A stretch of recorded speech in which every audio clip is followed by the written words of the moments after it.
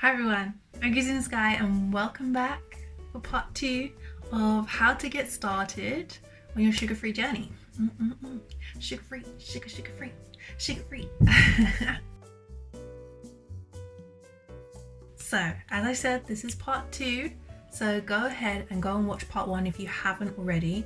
I discussed what you should do before you even consider going sugar-free. Now, I'm just going to give a quick list and what you can do to basically get your journey started. So how and what you may need to get your journey started. Let's go. So, first off, I've got on my list is sugar names. So, I have compiled a list. I need to update it, I think, because I found a few new names of all the names that are given to what we would call sugars. There is hundreds of names for sugar. There's many different types of sugar.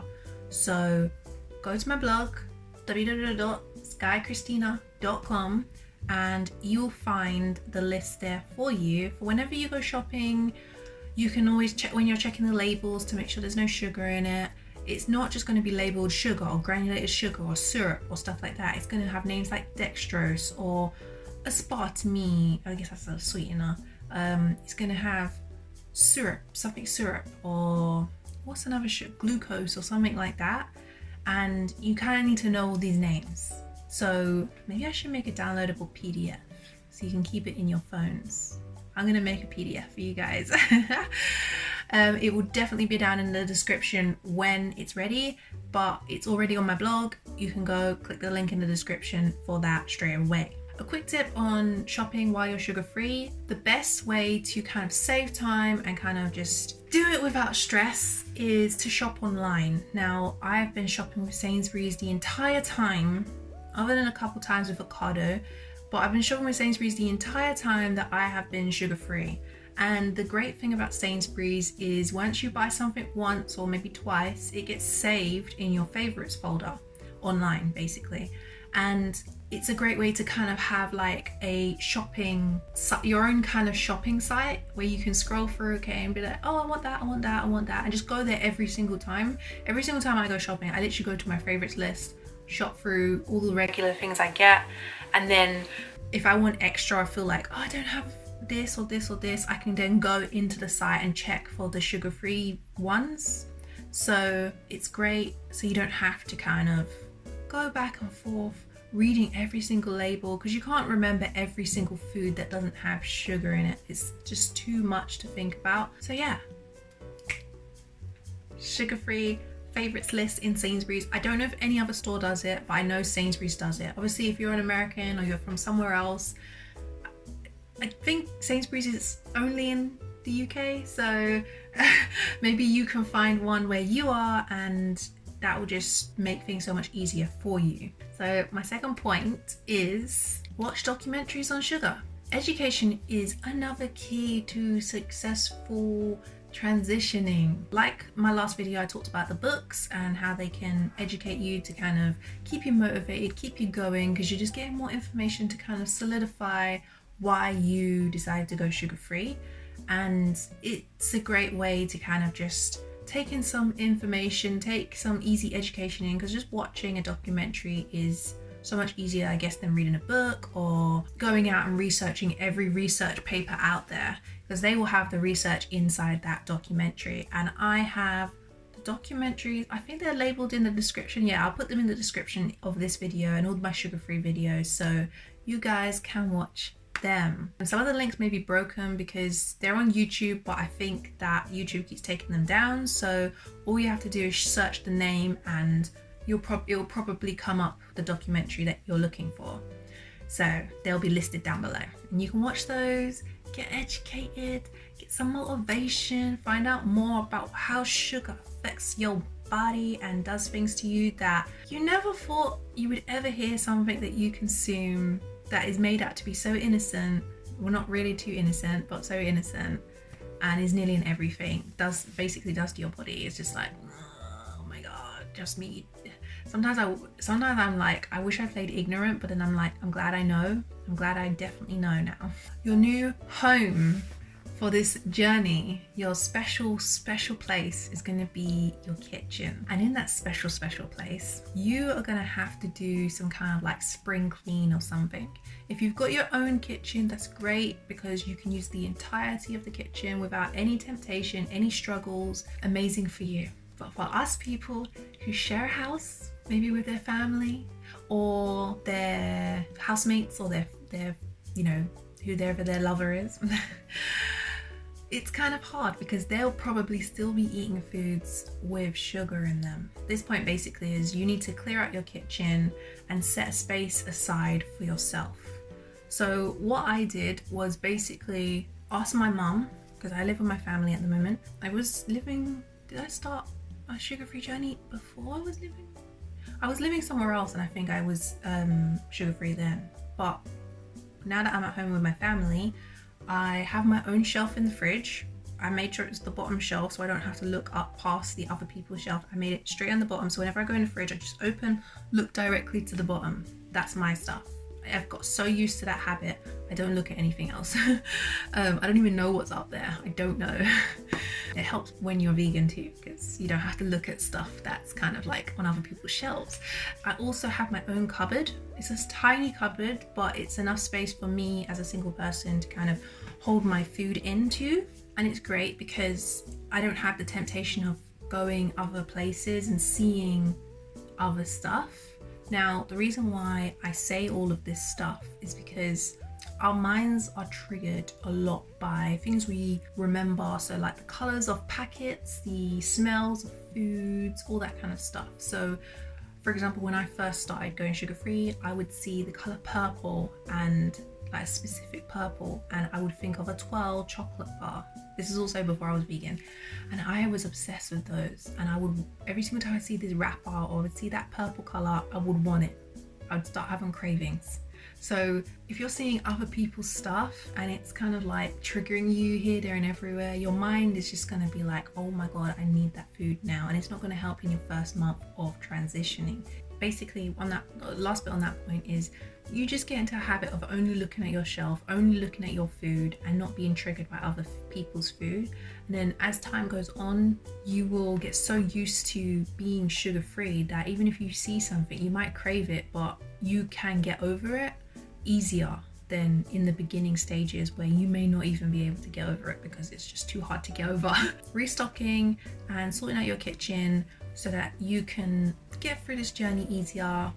But also don't just chuck away food, give it away or spend time eating through all the sugary foods before you kind of go on this journey, because that's just a waste. And you know, it's a bit pointless to throw away food when there's, you know, there's people in the world who don't have food. So don't throw away food, please.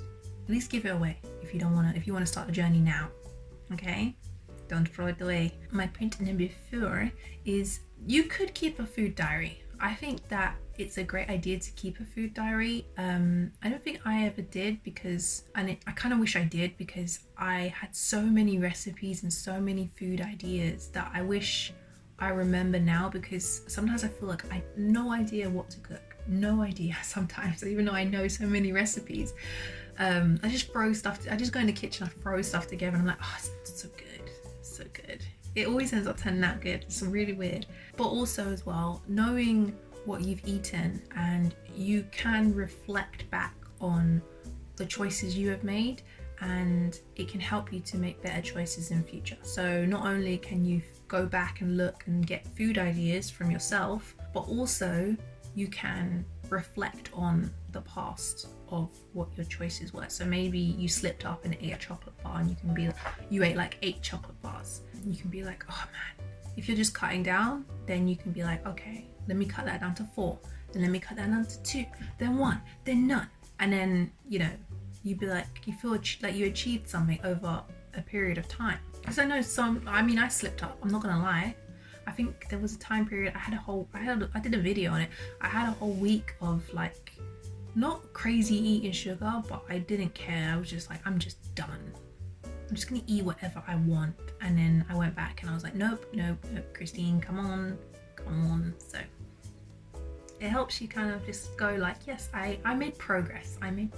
Prepare yourself for this journey. Now, you may need cooking tools. If you haven't been an avid cooker this whole time, you may need cooking tools. You may need to do a big massive shop because you're going to need food. A lot of the food you probably have already has sugar in it. Also as well, preparing your mind, but we did that all in the before you start journey. So if you still feel like you need to prepare your mind when you've already started, as I said, you need to be 100% determined to do this before you go into it. So I think you shouldn't start yet. This is optional, but it helped me get through my thing. I set a rule to kind of make it so that I can avoid sugary foods. My rule was, because this one was kind of hard to determine whether it had sugar in it or not. Like, it's easy to kind of cut out chocolate because you know that's got sugar in it, but takeaways. One of my rules was cut out takeaways, and the other rule was eat greens every day. Greens help you kind of nutrition wise, and it can help with like controlling how you eat and stuff like that. But then takeaways as well, you don't know if they put sugar in the food. You have no idea. There's no way to figure it out. Most places don't put their recipes on sites because then you can just make it yourself. They don't put the ingredients, all this kind of stuff, and you can ask and most of them say no, but they're lying. They're lying. I know they're lying. So yeah, set a rule that may help you on your journey. Collect up a bunch of recipes you may like. If there's certain foods you like, collect a bunch of recipes in variations of that kind of thing. So say you like potatoes, collect 100 recipes on potatoes, different ways to make potatoes, all this kind of stuff. This way, like, you have a massive collection and you never run out of ideas of what to cook or what to make, and it's one less step. But yeah, it will stop you from being lazy and just ordering a takeaway or eating a chocolate bar or something like that. So get your recipes ready. Make sure you eat your normal amount of meals a day.